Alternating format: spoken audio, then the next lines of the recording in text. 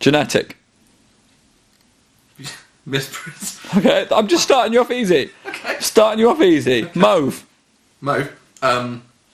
Purple. Okay. Rob. Gal. Cheese. What's the last thing I think of when I think of cheese? Delight. Delight. Bacon. Happy. Bacon happy. Of course, it's got Recording. Joy. I love a recording. It's such a joy. Alan. From Trowbridge. Yeah. Trevor. I don't want to say because my boss has someone who comes over every Wednesday called Trevor. He's from Birmingham. From Bromsgrove. I don't know where he's from. Great. He's from the Midlands anyway. But Trevor is, indie. Indie Trevor.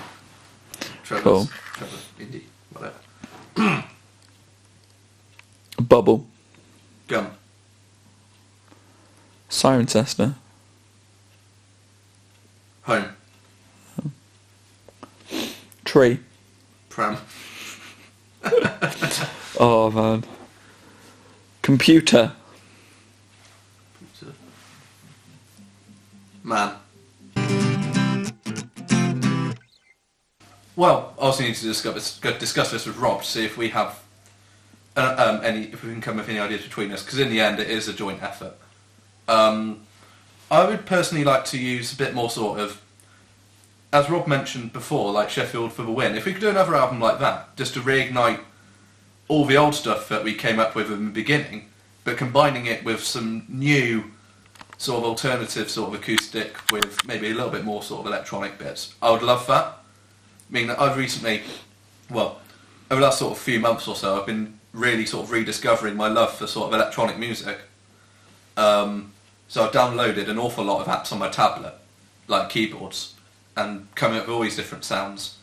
But it's just a matter of how to incorporate that into what we're about. So it's incredibly difficult. But with my solos, I mean, as a solo artist as well, I do a lot of my own work. I generally have my own vision to incorporate that into my own stuff, because that's a bit more sort of, a lot more alternative, a lot more experimental, and apart from like genetic misprints. But it's just, I obviously need to discuss this with Rob, but if he's up for it to try and incorporate something like that into it, then yeah, I'd be more than happy with that. Cool. Disgusted Trevor's. Well, what can I say?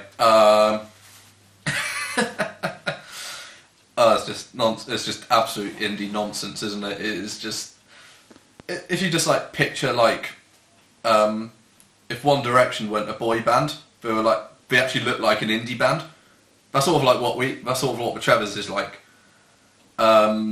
Singing about things like nannies and like basically like grandparents. A lot of it is about like my nan. I think his backstory is something like he doesn't live with his actual parents. He lives with his nan in Sheffield, and basically sings about his life and other things like his cat or what he does in the morning, or his girlfriend from Rotherham, originally from Truro. It's just it's just like that. I mean, we'd be more than happy to sort of discuss a future of the Trevors. I'd be more than happy to do another one of that, because that's where Rob is just it's where you see Rob at his most sort of it's his most random, and it's not often I say that, it is his most random moments when he's in the Trevors, but also it's actually it's just so funny. We always have a blast when the Trevors stuff is being recorded, but obviously I need to discuss this with Rob to see where it's all going with that. But yeah, I'd love that. I'd love to do more of it. The one we've had for the longest amount of time is Anna from Trowbridge. He started off advertising Paris insurance on Viva the Cheese. So he's the most constant character.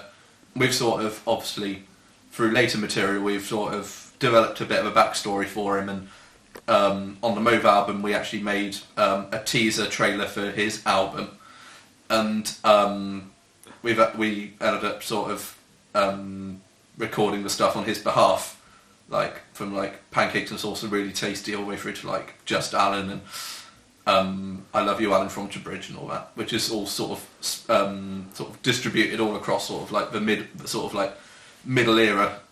medieval sort of genetic misprints career.